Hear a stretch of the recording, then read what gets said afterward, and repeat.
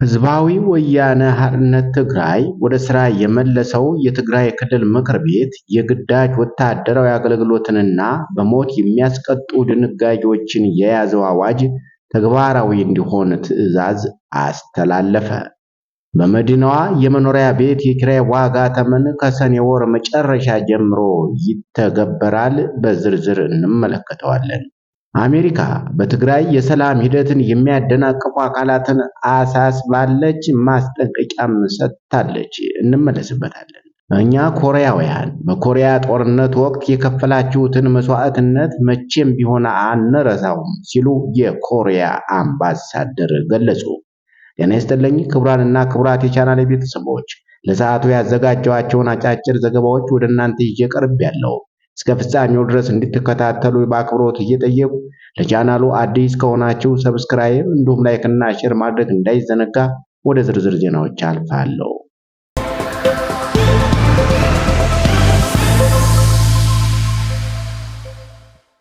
ህዝባዊ ወያነ ሓርነት ትግራይ ወደ ሥራ የመለሰው የትግራይ ክልል ምክር ቤት የግዳጅ ወታደራዊ አገልግሎትንና በሞት የሚያስቀጡ ድንጋጌዎችን የያዘው አዋጅ ተግባራዊ እንዲሆን ትዕዛዝ አስተላለፈ። ከ6 ዓመት በፊት በተደረገውና የፌዴራል መንግስት ህገወጥ ባለው ምርጫ የተቋቋመው የክልሉ ምክር ቤት የትግራይ ህዝብ ህልውናና ደህንነትን ለማረጋገጥ በሚል የወጣውን አዋጅ ያጸደቀው ግንቦት ላይ ነበር። በህወሓት ሊቀመንበር ዶክተር ደብረጽዮን ገብረ ሚካኤል የሚመራው ካቢኔ ኃላፊዎችም ስለ አዋጁ ለፍትህና ጸጥታ አካላት ስልጠና ሲሰጡ ቆይተዋል። አዋጁ እስካሁን በክልሉ ነጋሪት ጋዜጣ ባይታተምም ወደ ሥራ የተመለሰው ምክር ቤት አፈ ጉባኤ ምህረት በርሃ ረቡዕ ሰኔ 17 2018 ዓመተ ምህረት ለክልሉ ፍትህ ቢሮ በጻፉት ደብዳቤ ሕጉ ተግባራዊ መሆን እንዲጀምር መመሪያ ሰጥተዋል። የትግራይ ክልል ከፍተኛ ፍርድ ቤትና የፖሊስ ኮሚሽን ግልባጭም ተጠቅሰዋል።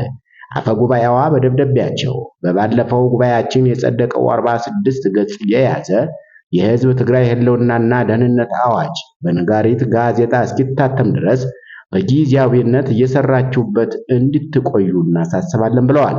የክልሉ ምክር ቤት ተግባራዊ እንዲሆን የወሰነው ይህ አዋጅ ከክልሉ ፖለቲከኞችና ዓለም አቀፉ የሰብአዊ መብት ተቋማት ሁማን ራይትስ ዎች ተቃውሞ ደርሶበታል። የሁማን ራይትስ ዎች ማክሰኞ ሰኔ 16 ቀን ባወጣው መግለጫ ሕጉን ጨቋኝ ሲል ገልጾታል። አዋጁ የትግራይ ክልል ባለስልጣናት ሰዎችን ለወታደራዊ አገልግሎት የሚያስገድዱበትና ተቃዋሚዎቹን ለመቅጣት የሚያስችል ሰፊ ስልጣን የሚሰጥ እንደሆነ ገልጿል። አዋጁ ግልጽ ያልሆነና እጅግ የሰፋ ቋንቋ መጠቀሙን የገለጸው ዓለም አቀፉ የሰብአዊ መብቶች ተቋም ለተለያዩ ጥፋቶች እስራትንና የሞት ቅጣትን ደንግጓል ብሏል። በአዋጁ ላይ እስከ ሞት ድረስ እንደሚያስቀጡ ከሰፈሩት የወንጀል ድርጊት አንዱ በጦርነት ጊዜ በመሰረተ ልማት፣ በህዝብና በመንግስት ተቋማት ላይ የሚደርስ ጉዳት ነው። ከጠላት ጋር መተባበርና የሚስጥር ማሽለክ እንዲሁም በባለስልጣናት ወይም በትግራይ ሰራተኞች ላይ ጉዳት ማድረስም እስከ ሞት የሚደርስ ቅጣት ያስፈርዳሉ ተብሏል። በትግራይ ሰራዊት ላይ በማንኛውም መንገድ ፕሮፓጋንዳ ማካሄድ እንዲሁም የትግራይ ተወላጆችን ለጥላት መመልመልና የትግራይ ጦርነት እንዲከዱ ማነሳሳትም እስከ ሞት ድረስ ከሚያስቀጡ ጥፋቶች መካከል ተጠቅሰዋል። በተጨማሪም አዋጁ እድሜና ጤና የሚፈቅድለት ማንኛውም የትግራይ ተወላጅ የክልሉ መንግስት የሚያቀርብለትን የክተት ጥሪ ተቀብሎ የመሳተፍ ብሔራዊ ግዴታ እንዳለበት ደንግጓል። ይህንን ለማድረግ ፈቃደኛ ያልሆነ ግለሰብ ከ10,000 እስከ 50,000 ብር ተቀጥቶ ግዴታውን እንዲፈጽም እንደሚደረግም በሕጉ ተቀምጧል። አዋጁ ወደ ኋላ ተመልሶ የትግራይ ጦርነት ከተጀመረበት ከጥቅምት 24 2013 ዓ.ም አንስቶ በተፈጸሙ ድርጊቶች ላይ ጭምር ተግባራዊ እንደሚሆን መገለጹም መሰረታዊ የሕግ አወጣጥ መርህን ይጥሳል የሚል ትችት እንዲነሳበት አድርጓል። በህወሓት ሊቀመንበር ዶክተር ደብረጽዮን አማካኝነት የክልሉ ምክትል ፕሬዝዳንት ሆነው የተሾሙት አማኑኤል አሰፋ ግን ከሰሞኑ ስለ አዋጁ በተሰጠው ስልጠና ላይ ባደረጉት ንግግር ሕጉ ገና በሂደት ላይ እያለ የማጠልሸት ዘመቻ ተከፍቶበታል ሲሉ ወቅሰዋል። የአዋጁ ድንጋጌዎች መታየት ያለባቸው በመደበኛው ሁኔታ ውስጥ እንዳልሆነ የተናገሩት አማኑኤል መታየትና መተርጎም ያለበት በተጨባጭ የህልውና አደጋ ውስጥ ያለን ህዝብ ለማዳን ከሚደረገው ትግል አንጻር ነው ማለታቸውን የክልሉ ፕሬዝዳንት ጽሕፈት ቤት አስታውቋል። ለ2 ዓመት በትግራይ የተካሄደው ጦርነት ምክንያት ከነበሩት ጉዳዮች አንድ የነበረውና ጦርነቱን ባስቆመው የፕሪቶሪያ ተቀባይነቱን ባጣው ምርጫ ተመስርቶ የነበረው የክልሉ ምክር ቤት ጊዜያዊ መንግስቱን ተክቶ ስልጣን ከያዘ በኋላ በክልሉ ውጥረት ተፈጥሯል። በህወሓት የሚመራው አስተዳደር በፌዴራል መንግስቱ የተሾሙትን የጊዜያዊ አስተዳደሩ ፕሬዝዳንትን ከስልጣን ካነሳ በኋላ በክልሉ ውስጥ ሌላ ዙር ሊከሰት ይችላል የሚል ስጋት ነግሷል። የፌዴራል መንግስቱና ህወሓት ጦርነት ለመጀመር በመዘጋጀት እየተካሰሱ ሲሆን ባለፉት ወራት በትግራይ ውስጥ የግዳጅ ወታደራዊ ምልመላ እየተካሄደ ይገኛል። በሌላ ዜና አሜሪካ በትግራይ የሰላም ሂደትን የሚያደናቅፉ አካላትን አሳስባለች፣ ማስጠንቀቂያም ሰጥታለች። በትግራይ የሰላም ሂደትን እያደናቀፉ ያሉ አካላት ለውይይት ጥረቶች ትብብር እንዲያደርጉ በአዲስ አበባ የአሜሪካ ኤምባሲ ማሳሰቢያ ሰጥቷል። በኢትዮጵያ የአሜሪካ ኤምባሲ የፖለቲካና የሲቪል ማህበረሰብ መሪዎች በፖለቲካ ውይይት ውስጥ መሳተፍና የፕሪቶሪያውን ግጭትን በዘላቂነት የማቆም ስምምነት ሙሉ በሙሉ መተግበር እንዳለባቸው አሳስቧል። ኤምባሲው ትናንት አርብ 19/2018 ዓ.ም ባወጣው አጭር መግለጫ የሰላም ሂደቱን በንቃት ያደናቀፉ ያሉ አካላት በአፍሪካ ህብረት ለሚመራ ውይይትን ለማበረታታት ጥረቶች በአስቸኳይ መተባበር አለባቸው ብሏል። የአሜሪካ ኤምባሲ ይህን መግለጫ ያወጣው አገሪቱ በኢትዮጵያ ያለውን ሰላም በማናጋት ውስጥ ተሳታፊ ናቸው ባለቻቸው አክራሪ የህወሓት አባላትና የቅርብ የቤተሰቦቻቸው ላይ የቪዛ ክልከላ መጣሏን ካስታወቀች ከአንድ ሳምንት በኋላ ነው። የአሜሪካ የውጭ ጉዳይ ሚኒስቴር በአክራሪ የህወሓት አባላትና በኢትዮጵያ መንግስት መካከል በሰሜን ኢትዮጵያ ግጭት እንዳያገረሽ የሚያደርግ ውጥረት እየተባባሰ መምጣቱን በመግለጽ ነበር ለዚህ ተጠያቂ ባደረጋቸው አካላት ላይ የቪዛ ክልከላውን የጣለው። ህወሓት የአሜሪካን የቪዛ ክልከላ ሚዛናዊ ያልሆነ ሲል አውግዟል። የአሜሪካ እርምጃ የትግራይን እውነታ እንደማያንጸባርቅና የፌዴራል መንግስቱን ተጠያቂ ያላደረገ መሆኑን በመጥቀስም ኮንኗል። የዛሬው አሜሪካ ኤምባሲ መግለጫ የሰላም ሂደቱን በንቃት እያደናቀፉ ያሉ ያላቸውን አካላት በስም አልጠቀሰም። በተለይ ህወሓት በፕሪቶሪያ ስምምነት መሰረት የተቋቋመውን የትግራይ ጊዜያዊ አስተዳደር አፍርሶ ከጦርነቱ በፊት በተመረጠው ምክር ቤት ከተካ በኋላ ከፌዴራል መንግስት ጋር ያለው ውጥረት እየተባባሰ ቀጥሏል። የክልሉ ምክር ቤት በቅርቡ ያወጣው አስገዳጅ ወታደራዊ አገልግሎትን የያዘው አወዛጋቢ አዋጅ ተግባራዊ እንዲሆንም አዟል። አስገዳጅ ወታደራዊ ምልመላዎችም በሰፊው እየተካሄዱ መሆናቸውን ቢቢሲ ከምንጮቹ አረጋግጧል። ከፍተኛ የኢትዮጵያ ባለስልጣናት አቶ ጌታቸው ረዳና አቶ ሬድዋን ሁሴን ህወሓት በጥቂት ቀናት ውስጥ ጦርነት ለመክፈት እየተዘጋጀ ነው ሲሉ በቅርቡ ከሰው ነበር። ክሱን ውድቅ ያደረገ ህወሓት በበኩሉ በትግራይ ክልል አዲስ ግጭት ለመቀስቀስ እየተዘጋጀ ያለው የፌዴራል መንግስቱ ነው ሲል በተቃራኒው ይከሳል። በምስራቅ አፍሪካ የሚደረጉ የአፍሪካ ህብረት የሰላም ጥረቶችን እንዲያግዙ በህብረቱ የተሾሙትና የፕሪቶሪያውን ስምምነት በዋና አደራዳሪነት የመሩት የቀድሞው የናይጄሪያ ፕሬዝዳንት ኦሉሴጉን ኦባሳንጆ ሰኔ 4 ወደ መቀሌ አቅንተው ከህወሓት መሪዎች ጋር ተወያይተው ነበር። ኦባሳንጆ ውይይቱን ውጤታማ ሲሉ የገለጹ ሲሆን የህወሓት መሪዎች በበኩላቸው ውይይቱን ከአዲስ አበባ ጋር ተቋርጦ የነበረውን ግንኙነት እንደገና ለመጀመር የሚያስችሉ ጉዳዮች ላይ ያተኮረ እንደነበር ተናግረዋል። የአሜሪካ ኤምባሲ በዛሬው መግለጫ አሜሪካ በትግራይ ክልል ያለውን የፖለቲካና የሰብአዊ ሁኔታ እየተከታተለች እንደምትገኝ ጠቅሷል።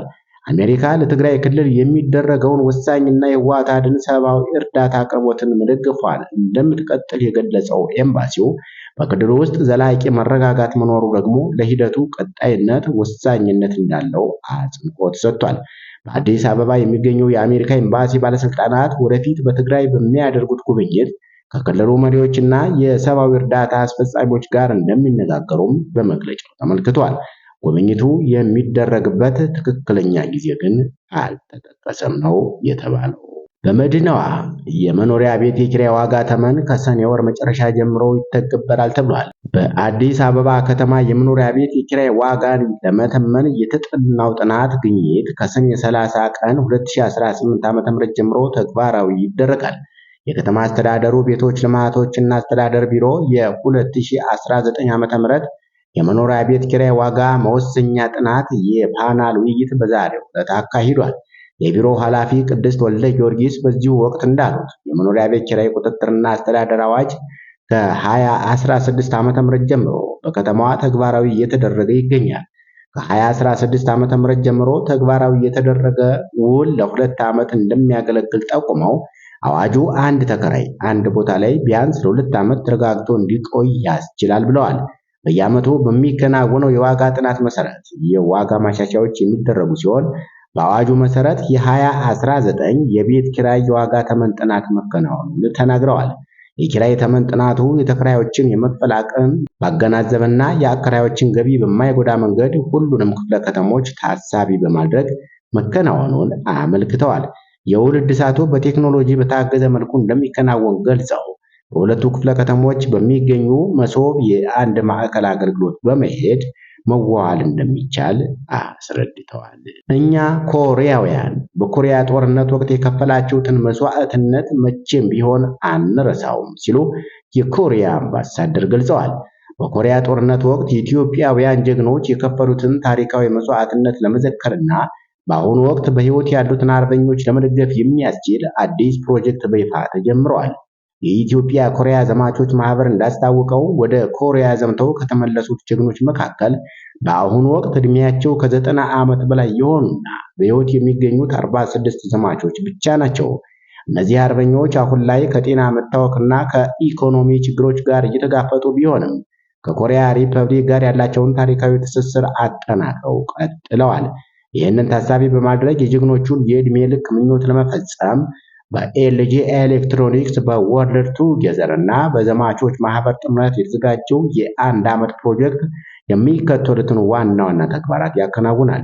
ከሁሉም ዘማች ቤተሰቦች ጋር የቤተሰብ ፎቶግራፍ ፕሮግራም፣ ዘማቾች በቃለ መጠይቅ ተመርጠው የሕክምና ድጋፍ ወይም ወደ ደቡብ ኮሪያ የደርሶ መልስ የክብር ጉብኝት ያደርጋሉ። በአንድ ዘማች ቤተሰብ ታሪክ ላይ ያተኮረ ዘጋቢ ፊልም ይዘጋጃል። በአዲስ አበባ ከተማ የፎቶ ኤግዚቢሽን የሚዘጋጅ ሲሆን ለዘማቾቹ ለቤተሰቦቻቸውና ለዲፕሎማቲክ አካላት ምስጋናና ግብዣ ይደረጋል።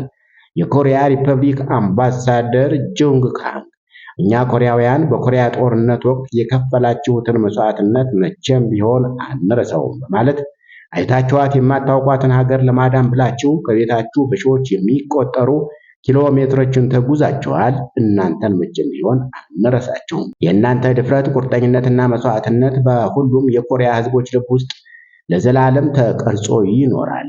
የኮሪያ መንግስትና ሕዝብ ለኢትዮጵያውያን ዘማቾች ሁልጊዜም ክብር አላቸው።